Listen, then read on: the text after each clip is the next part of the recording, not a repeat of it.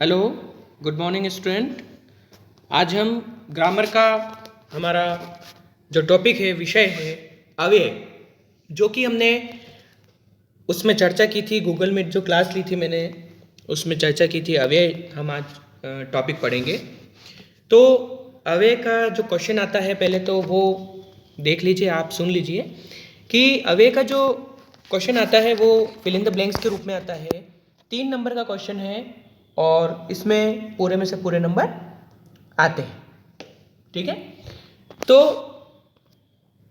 अव्यय में क्या होता है, 3 फिल इन द ब्लैंक्स आएंगे छोटे छोटे, और उसके जो ऑप्शन होंगे वो उसमें ब्रैकेट में ऊपर दिए हुए होंगे। तो आपको उसमें से जो जिस फिलअप में जो उचित शब्द है वो हमें उन में से चुनकर हमें लिखना है।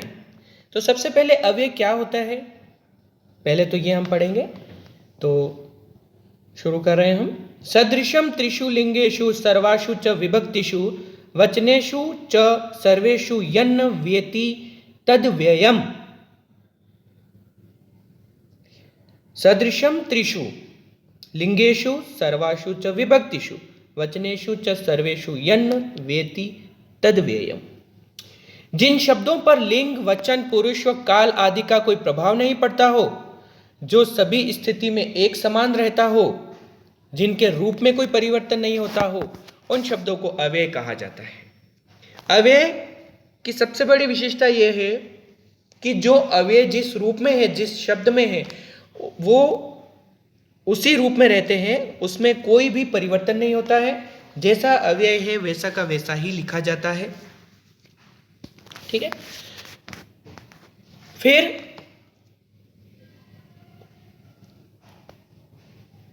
यहां पर हम जो अव्यय हमारे कोर्स में है, अव्यय संस्कृत में बहुत सारे होते हैं, लेकिन यह जो हमारे कोर्स में है वो मैंने आपको कराए हैं। कोर्स में जो है उसके अलावा देखिए, यहां अव्यय के 5 भेद दे रखे हैं। अव्ययानाम पंच भेदा संति। ठीक है, अव्यय में क्या होता है कि किसी भी रूप में कोई भी परिवर्तन नहीं होता है। ठीक है, और हमारे कोर्स में क्रिया विशेषण अव्यय है, जो फर्स्ट वाला दे रखा है क्रिया विशेषण अव्यय। इसके अंदर 32 अव्यय इसमें हमें दे रखे हैं। तो ये हमारे कोर्स में है। इसके अलावा अव्यय के 4 भेद और हैं: संबंध बोधक, समुच्चय बोधक, विस्मयादि बोधक और उपसर्ग अव्यय। ये भी हम पढ़ेंगे। सबसे पहले जो कोर्स में है उन्हें हम शुरू करेंगे, इसके बाद में जो 4 और बचेंगे उनका भी अध्ययन हम इस अव्यय वाले टॉपिक में करेंगे। तो सबसे पहले क्रिया विशेषण अव्यय। क्रिया विशेषण अव्यय क्या होता है, देखिए, जो अव्यय शब्द क्रिया की विशेषता बताते हैं उन्हें क्रिया विशेषण अव्यय कहा जाता है। जो अव्यय शब्द क्रिया की विशेषता बताते हैं कि हमें कब क्या करना है, तो उस क्रिया विशेषण अव्यय को उसे क्रिया विशेषण अव्यय कहा जाता है। और उनमें भी 3 प्रकार के अव्यय होते हैं। तो यहाँ पर हमारे कोर्स में जो है वो कंटिन्यू जो दे रखे हैं। आपकी जो हमारी स्पंदना बुक है, स्पंदना जो बुक है हमारी पाठ्य पुस्तक, उसके अंदर जो सबसे आगे जो सिलेबस दे रखा है, उस सिलेबस के अंदर आप लोग जो मैं अव्यय आपको पढ़ा रहा हूँ उसके अंदर से आप लोग मैच कर लेना कि सारे अव्यय हमारे हो चुके हैं। ठीक है, तो कालवाचक, स्थानवाचक और रीतिवाचक अव्यय के रूप में ये सारे जो अव्यय हैं वो यहाँ दे रखे हैं। सबसे पहला देखना, अपि। ये जो रेड मैंने लिख रखा है, रेड पेन से जो लिख रखा है वो तो अव्यय है। अव्यय के बाद में उनका अर्थ लिखा हुआ है। उनका अर्थ लिखने के बाद में उनका वाक्य प्रयोग लिख रखा है कि किस तरह से वाक्यों में प्रयोग होगा, और उसके बाद में मैंने उस सेंटेंस का हिंदी अनुवाद भी लिख रखा है, तो आप लोगों को समझने में आसानी रहेगी। सबसे पहले अपि। अपि यानी होता है भी। इसका उदाहरण है आपका अहम अपि। अहम और अपि शब्द इसमें जुड़ा हुआ है। अपि यानी भी। ग्रामम गच्छामि, मैं भी गांव को जाता हूं। मैं भी गांव को जाता हूं। भी, अपि यानी होता है भी, मैं भी। अहम अपि, मैं भी गांव को जाता हूं। तो आपको जो सेंटेंस बोर्ड एग्जाम में आएंगे या हाफ ईयरली में आएंगे, जिस भी एग्जाम में आएंगे 10th में, तो आपको क्या करना है, सेंटेंस लिखे हुए आएंगे, ब्रैकेट में ऊपर दिया हुआ होगा।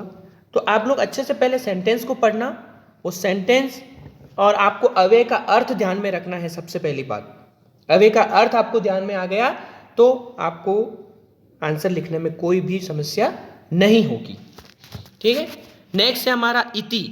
इति यानी होता है ऐसा या वह या इस। ठीक है, ऐसा वह या इस, इसके 3 अर्थ होते हैं। तो इसका उदाहरण है जलात जायते इति जलजः। जलात जायते पानी से पैदा होता है, जलात जायते, जलात यानी पानी से, जायते यानी पैदा होता है, इति जलजः वह जलज है, जो पानी से पैदा होता है वो जलज है। जलज मतलब पानी में रहने वाला।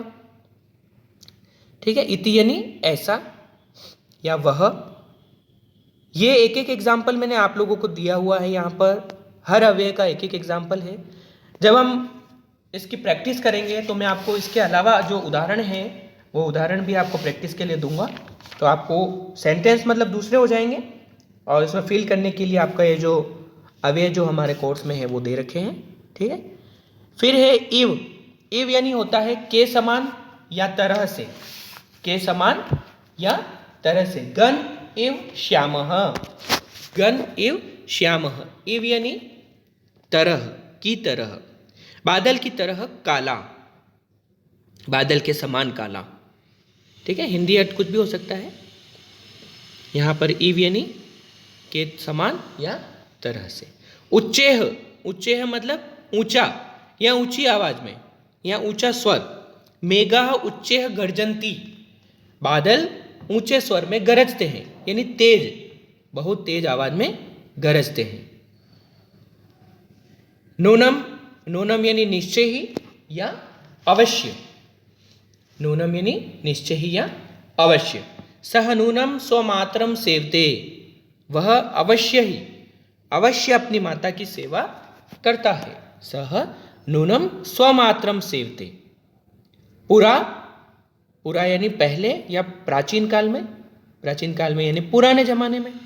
ठीक है, पुरा पुरुह नाम नृपः आसेत, पहले पुरु नाम का राजा था, पहले पुरु नाम का राजा था।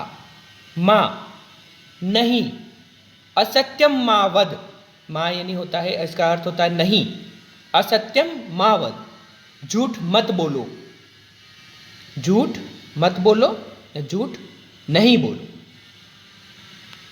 ठीक है, झूठ मत बोलो या झूठ नहीं बोलो। सहसा यानी अचानक, अकस्मात, सहसा यानी अकस्मात या अचानक। अतिथि सहसा एव गृहम आगच्छत, मेहमान अचानक घर आ गया, मेहमान अचानक घर आ गया। बही, बही यानी होता है बाहर। ग्रामाद बहिरेव विद्यालयः, गांव के बाहर ही विद्यालय है। बहिरेव, बहिरेव विद्यालयः, गांव के बाहर ही विद्यालय है। शनैः, शनैः मतलब होता है धीरे।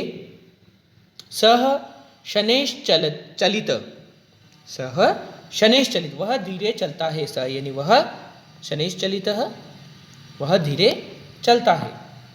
कदा, कदा यानी होता है कब। त्वम कदा विद्यालयम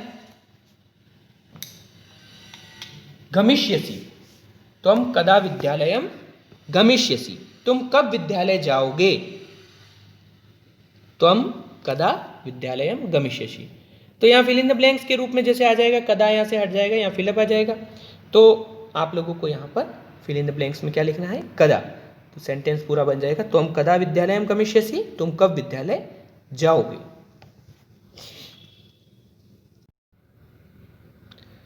नेक्स्ट है हमारा कुतः या कुत्र। कुतः या कुत्र, दोनों का अर्थ होता है कहां से, किधर से। कुतः आगच्छति भवान, कुतः आगच्छति भवान, कहां से आ रहे हैं आप। कुतः आगच्छति भवान, कहां से आ रहे हैं आप।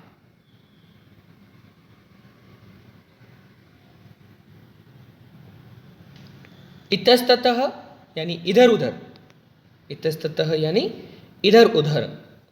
काकः इतस्ततः जलार्थम अभवत्, काकः इतस्ततः जलार्थम अभवत्, कौवा इधर उधर पानी के लिए घूमता रहा। आप लोगों को केवल जो अव्यय हैं उनके अर्थ ध्यान में रखने हैं। अर्थ अगर ध्यान में होगा तो आपके 3 में से 3 नंबर जो हैं वो पूरे में से पूरे आ सकते हैं। नेक्स्ट है हमारा अत्र। अत्र यानी होता है यहाँ। मम मित्रम अपि अत्र एव निवसति, मम मित्रम अपि अत्र एव निवसति, मेरा मित्र भी यहाँ ही निवास करता है। निवास करना मतलब रहना, यहाँ ही रहता है। तत्र यानी वहाँ। रात्रो तत्र कोपि न आयाति, आयाति मतलब आता है। रात को वहाँ कोई नहीं आता है। रात्रो तत्र कोपि न आयाति। इदानीम, नेक्स्ट है आपका इदानीम यानी होता है अब या अभी। इदानीम अहम पठिष्यामि, इदानीम अहम पठिष्यामि, अब मैं पढ़ूंगा, अब मैं पढ़ूंगा। संप्रति यानी अब या इस समय। संप्रति गम्यता विद्यालयम, अब विद्यालय जाना चाहिए। संप्रति गम्यता विद्यालयम, अब विद्यालय जाना चाहिए। गम्यता यानी जाना चाहिए, संप्रति यानी अब या इस समय, कुछ भी होता है। इस समय विद्यालय जाना चाहिए, अब विद्यालय जाना चाहिए। यदा, यदा यानी होता है जब। यदा सूर्योदय भवति, जब सूर्योदय होता है। सह पाठम पठति, वह पाठ पढ़ता है। जब सूर्योदय होता है वह पाठ पढ़ता है। यदा सूर्योदय भवति सह पाठम पठति। नेक्स्ट है यथा यानी जैसा। सह यथा वदति तथैव करोति, सह यथा वदति तथैव करोति, वह जैसा कहता है वैसा ही करता है। नेक्स्ट है आपका तथा। तथा यानी वैसा। सह यथा वदति तथा करोति, वह जैसा कहता है वैसा करता है। सह यथा वदति तथा करोति, वह जैसा कहता है वैसा करता है।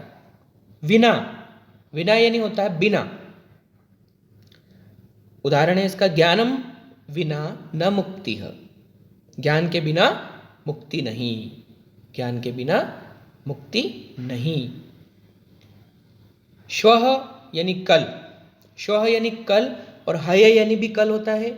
लेकिन श्वः यानी होता है आने वाला कल, और हय यानी होता है बीता हुआ कल। जो कल चला गया है दिन वो कहलाता है हयः, और जो कल आने वापस आने वाला है वो कहलाते हैं श्वः। तो श्वः अहम जयपुरम गमिष्यामि, कल मैं जयपुर जाऊंगा। श्वः अहम जयपुरम गमिष्यामि, कल मैं जयपुर जाऊंगा। और हय यानी होता है कल यानी बीता हुआ, जो कल चला गया है वह। हयः, ह में य जुड़ा हुआ है, हयः इसका उच्चारण होगा। हयः त्वं कुत्र अगच्छः, हयः त्वं कुत्र अगच्छ, कल तुम कहाँ गए थे, कल तुम कहाँ गए थे।